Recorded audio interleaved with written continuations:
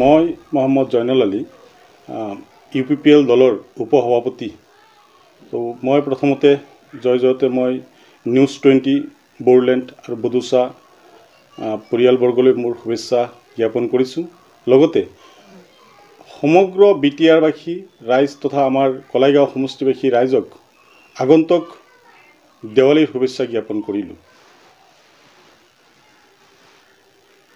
কথাখিনি সম্পূৰ্ণ সত্য যে ভাৰত স্বাধীন হোৱাৰ পিছৰ পৰা আজিৰ তাৰিখলৈকে 65 নং কলাইগাঁও বিধানসভা সমষ্টিত বহুতো কৰ্মী আহিলে, বহুতো বিধায়ক হ'ল, বহুতো লিডাৰ হ'ল, কিন্তু সমষ্টিৰ উন্নয়নৰ নামত কোনো ধৰণৰ উন্নয়ন নহ'ল।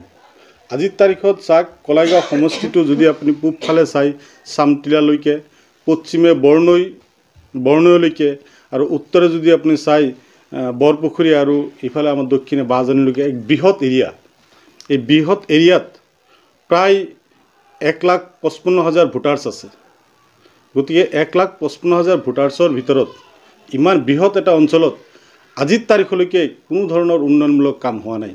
ৰাস্তা ঘাটৰ সমস্যাই কওক বা উন্নয়নমূলক বিভিন্ন কামৰ কথাই কওক বা চাকৰি বাকৰিৰ ক্ষেত্ৰতেই কওক, কোনো এজন বিধায়কে আজিৰ তাৰিখলৈকে নিৰ্ণায়ক ভূমিকা নল'লে।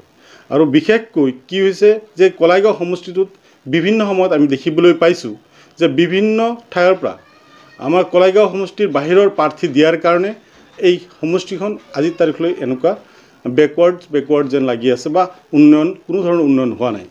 তাৰপিছত আমি দুবাৰমান আমাৰ দলীয় স্থানীয় বিধায়ক হ'ল মুকুন্দৰাম চৌধুৰী বা AGPৰ পৰা বা বৰ্তমানৰ বিধায়ক মহেশ্বৰ বড়ো, BPF দলৰ প্ৰাৰ্থী মহেশ্বৰ বড়োৱে ডাঙৰীয়াই তিল নাওলৈকে তেওঁ এজন বিধায়ক হৈ আছে। যদিও আপোনালোকে যদি আজিৰ তাৰিখত পৰ্যবেক্ষণ কৰে সমষ্টিটো, যে সমষ্টিৰ মাজত কোনো ধৰণৰ উন্নয়নমূলক কাম তেওঁ নিজে কৰা নাই। কেৱল তেওঁলোকৰ BPF চৰকাৰ যেনেকুৱা জগদীশ চৰকাৰ, ঠিক তেনেকুৱাকৈ বিধায়ক মহেশ্বৰ বড়োৱেও একমাত্ৰ লুণ্ঠন আৰু লুণ্ঠনতেই ব্যস্ত থাকে। কেনেকুৱাকৈ দুখীয়া মানুহৰ আই ঘৰ, ৰাস্তা ঘাটৰ পৰা দুৰ্নীতি, আই ঘৰৰ দুৰ্নীতি, IBSৰ নামত দুৰ্নীতি, বিভিন্ন ধৰণৰ দুৰ্নীতি, কেৱল তেওঁলোকে দুৰ্নীতি আৰু দুৰ্নীতি কৰি পাহাৰ বনালে, নিজৰ সম্পত্তিৰ পাহাৰ বনাইছে, ৰাইজৰ কাৰণে একোই কৰা নাই। আৰু এই কথা স্পষ্ট হৈ পৰিছে যে যোৱা কিছুদিন আগত হিমন্ত বিশ্ব শৰ্মা ডাঙৰীয়াই যোৱা 6 নৱেম্বৰত কলাইগাঁৱত এটা প্ৰগ্ৰেম কৰিছিলে। তেখেতে নিজেই কৈছে যে BTC উন্নয়নৰ কাৰণে 1,000 টকা তেওঁলোকক BPF চৰকাৰক দিলে, কিন্তু আজিৰ তাৰিখলৈকে তেওঁলোকে এই 1,000 কোটি টকাৰ হিচাপ দিব নোৱাৰিলে। ধন্যবাদ। এইখিনি কথাই ক'ম, কলাইগাঁৱক যদি উন্নয়ন কৰিব লাগে, কলাইগাঁৱক যদি উন্নতি কৰিব লাগে, কলাইগাঁৱক যদি গোটেই অসমৰ ভিতৰত এটা জাকত জিলিকা সমষ্টি হিচাপে পৰিচিত কৰিব লাগে, তেতিয়াহ'লে এই স্থানীয় যুৱ লিডাৰক ইয়াতে প্ৰাৰ্থিত্ব প্ৰদান কৰিব লাগিব আৰু তেওঁলোকৰ যুৱ চামৰ জৰিয়তেই সমষ্টিৰ উন্নয়নটো সম্ভৱ। চাওক, তাৰমানে BTC গোটেই ছিষ্টেমটোই তেনেকুৱা। BTC চিফ হাগ্ৰামা মহিলাৰী যেতিয়া নেকি মূল গাৰ্জেন ঠিক নহ'ব, তেওঁলোকৰ লিডাৰসকলো তেনেকুৱাই হ'ব। আজি জগদীশ চৰকাৰে সমষ্টিত কোনো ধৰণৰ উন্নয়ন নকৰিলে, বৰঞ্চ তেওঁ সেইদিনাখন হিমন্ত বিশ্ব শৰ্মাই কোৱাৰ ধৰণে যে কোনো এজন ব্যক্তিয়ে ক'ব নোৱাৰিব যে বিনা টকাত চাকৰি পাইছে, কোনো এজন ব্যক্তিয়ে ক'ব নোৱাৰিব যে বিনা টকাত এটা আই ঘৰ পাইছে।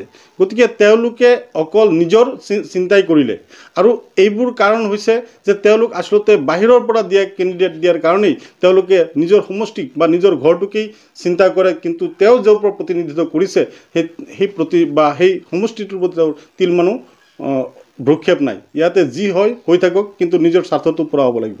আৰু তাৰ বাবে আজি আপোনালোকে দেখিব সমাগত BTC নিৰ্বাচনত ইয়াৰ উত্তৰ ৰাইজে তেওঁক দিবলৈ প্ৰস্তুত হৈ আছে।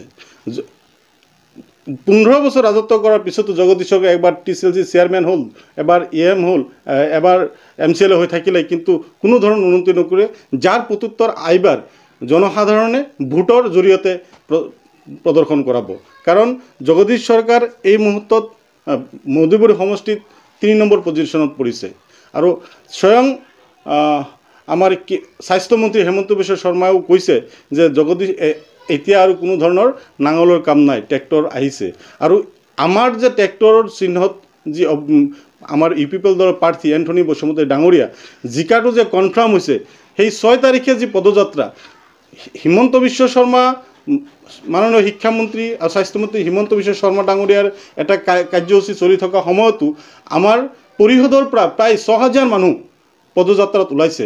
ইয়াৰ জৰিয়তে 100% গ্যাৰাণ্টি হৈ গৈছে যে মধুবৰী সমষ্টিৰ পৰা UPPL দলৰ প্ৰাৰ্থী এন্থনী বসুমতাৰী জয়ী হোৱাটো নিশ্চিত।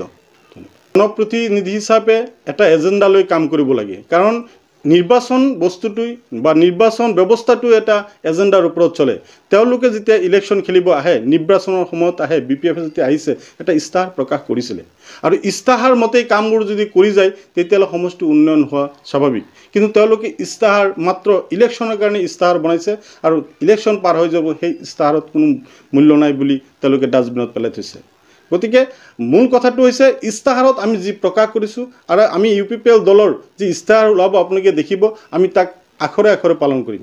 আৰু আখৰে আখৰে পালন কৰিলে আমাৰ BTC যি আমাৰ UPPL দলৰ সভাপতি প্ৰমোদ বড়ো ডাঙৰীয়াই কৈছে যে BTC এখন ছুইজাৰলেণ্ডৰ দৰে কৰি পেলাম, ছুইজাৰলেণ্ডত যাব নালাগে, BTCতে ছুইজাৰলেণ্ড বিচাৰি পাব। আৰু এইটো একমাত্ৰ সফল হোৱাৰ মেইন কাৰণটো বা সফল হ'বলৈ হ'লে সেই ইস্তাহাৰৰ কামখিনি কৰিলেই সফল হ'ব বুলি মই ভাবোঁ। উন্নয়ন কৰিবলৈ হ'লে প্ৰথম কামটো কৰিব লাগিব আমাৰ যিমান জাতি জনগোষ্ঠী আছে সকলোৰে লগত একত্ৰিত হৈ ভাতৃত্ববোধেৰে আগতে এই পৰিৱেশটো গঢ় লৈ উঠিব লাগিব। আৰু সকলো জাতি জনগোষ্ঠীৰ যি সমস্যা আছে এই সমস্যাবিলাক আমি তেওঁলোকৰ লগত আলোচনা কৰি আমি সমস্যাবোৰ ক্ৰমান্বয়ে সমাধান কৰিব লাগিব। আপুনি চাওক, আজিৰ তাৰিখত কলাইগাঁৱত যদি আমি এটা মিটিং কৰিব বিচাৰোঁ, এটা মিটিং হল নাই। ইয়াতে কোনো কমিউনিটিৰ কথা নাই, ইয়াতে কোনো ৰাজনৈতিক দলৰ নাই, সকলোৱে যাতে এটা ইমান বছৰ হৈ গ'ল BTC 2003 পৰা 17 বছৰ ৰাজত্ব কৰিলে কিন্তু একো কৰিব নোৱাৰিলে। গতিকে আমি ভাবিছোঁ মই যদি জনপ্ৰতিনিধি হিচাপে ওলাই আহোঁ তেতিয়াহ'লে প্ৰথম কামটো কৰিম যে ঐক্য মঞ্চ এটা বনাম, যে যিকোনো মানুহেই যিকোনো দল সংগঠন ৰাজনৈতিক অৰাজনৈতিক দলৰ মানুহে যাতে তাতে অন্ততঃ প্ৰথমতে বহি মিটিং এখন কৰিব পাৰে। তাৰপিছত যি ৰাস্তা ঘাটৰ সমস্যা আছে, বিশেষকৈ খোৱা পানীৰ সমস্যা আছে, দলঙৰ সমস্যা আছে, এই সমস্যাবোৰ আমি আগত লক্ষ্য হিচাপে আগত ৰাখি আমি কামবোৰ কৰি যাম। গতিকে এটা শুদ্ধ মনেৰে যদি ৰাজনৈতিকভাৱে আমি আগুৱাই যাওঁ ৰাজনৈতিক পথাৰত, তেতিয়াহ'লে সমষ্টিৰ উন্নয়ন হোৱাটো নিশ্চিত। যদি আমি জন্মতে আৰম্ভ কৰোঁ বা মনতে ভাবি লওঁ যে মই প্ৰতিনিধি হ'লে বিনা এটা টকা নোহোৱাকৈ মই চাকৰি নিদিওঁ, তেতিয়াহ'লে তেওঁ জনপ্ৰতিনিধি কেতিয়াও হ'ব নোৱাৰে। গতিকে আমাৰ কথাটো হৈছে আমি যেতিয়া যদি জনপ্ৰতিনিধি হৈছে ৰাইজে আমাক ওলাই লৈ আহে, ৰাইজে যদি বিবেচনা কৰে, দলৰ পৰা যদি বিবেচনা কৰে, তেতিয়াহ'লে মোৰ প্ৰথম কথাটো হ'ব এই দুৰ্নীতি আৰু ভ্ৰষ্টাচাৰ মুক্ত এখন কলাইগাঁও সমষ্টি নিৰ্মাণ কৰা। প্ৰমোদ বড়ো ডাঙৰীয়াই যে চিফ হ'ব এইটো কনফাৰ্ম হৈ গৈছে। আমি 40টা সমষ্টিৰ ভিতৰত এতিয়ালৈকে 33ৰ পৰা 34টা আসনত জয়ী হ'ম আৰু একক সংখ্যাগৰিষ্ঠতা লাভ কৰি আমি চৰকাৰ গঠন কৰিম। আৰু তেওঁৰ জৰিয়তে আমি কি বিচাৰোঁ, যি কুৱেশ্যনটো আপুনি কৰিছে, তেওঁৰ পৰা আমি যি বিচাৰিছোঁ ইতিমধ্যে আমি পাইছোঁ। কেনেকুৱা যে মই অলপ আগতেই কৈছোঁ যে প্ৰথমতে আমি সকলো জাতি জনগোষ্ঠীৰ মানুহ এক হ'ব লাগিব। ভাতৃত্ববোধৰ যি এনাজৰী এইটো টনকিয়াল কৰিব লাগিব, আৰু এইটো ইতিমধ্যে আমাৰ হৈছে। আমাৰ দলত UPPL দলত এনেকুৱা কোনো এটা জাতি জনগোষ্ঠী নাই যি জাতি জনগোষ্ঠীৰ কমিউনিটি, যি জাতি জনগোষ্ঠীৰ মানুহ বা প্ৰতিনিধি আমাৰ UPPL দলত নাই। গতিকে শান্তি স্থাপন হৈছে আৰু শান্তিৰ পিছত আমাৰ চব আমি ইউনাইটেড হৈছোঁ, ভাই হিচাপে আগবাঢ়াইছোঁ। এতিয়া আমাৰ সকলো জাতি জনগোষ্ঠীৰ যি সমস্যা আছে আমি ক্ৰমান্বয়ে এই সমস্যাবোৰ সমাধান কৰিব যাবলৈ সক্ষম হ'ম। দলৰ উপসভাপতি হিচাপে মই আমাৰ পাৰ্টিক বা আমাৰ সভাপতিক মই এটা ৰিকুৱেষ্টেই কৰিম, যদি সমষ্টিখন উদ্ধাৰ কৰিব লাগে, যদি UPPLে সমষ্টিৰ পৰা জিকিব লাগে, তেতিয়াহ'লে আৰু সমষ্টি উন্নয়ন হ'ব লাগে, তেতিয়াহ'লে কলাইগাঁও সমষ্টিৰ লোকেল যুৱ নেতাক ইয়াতে প্ৰাৰ্থিত্ব দিব লাগিব, আৰু প্ৰাৰ্থিত্ব দিলে আমি ছাকচেছ হ'ম বুলি মই দাবী কৰোঁ। আমাৰ প্ৰেচিডেণ্ট যিহেতু এজন উচ্চ শিক্ষিত আৰু জ্ঞানী, আৰু তেওঁ ভালদৰে জানে যে BTR অঞ্চলত বা বিধানসভাত কেনেকুৱা ধৰণৰ প্ৰতিনিধিক আমি জিকাই পঠিয়ালে দিছপুৰত তেওঁ সমষ্টিৰ উন্নয়নৰ কাৰণে বা BTR উন্নয়নৰ কাৰণে ডিমাণ্ড দিব পাৰিব আৰু কুৱেশ্যন কৰিব পাৰিব সেই কথাটো আমাৰ সভাপতি ডাঙৰ নিশ্চিতভাৱে তেওঁ জানে তেওঁৰ এইখিনি জ্ঞান আছে আপোনালোকে আটাইয়ে জানে গতিকে তেখেতে এটা ভাল ভূমিকা ল'ব আৰু মই আশা কৰোঁ যে তেখেতে নিশ্চয় আমাৰ কলাইগাঁও সমষ্টিৰ পৰা এজন যুৱ লিডাৰক প্ৰাৰ্থিত্ব আগবঢ়াব Welcome to News 24 Bodoland. News 24 Bodoland YouTube channel. Please subscribe and click on bell icon. Thanks.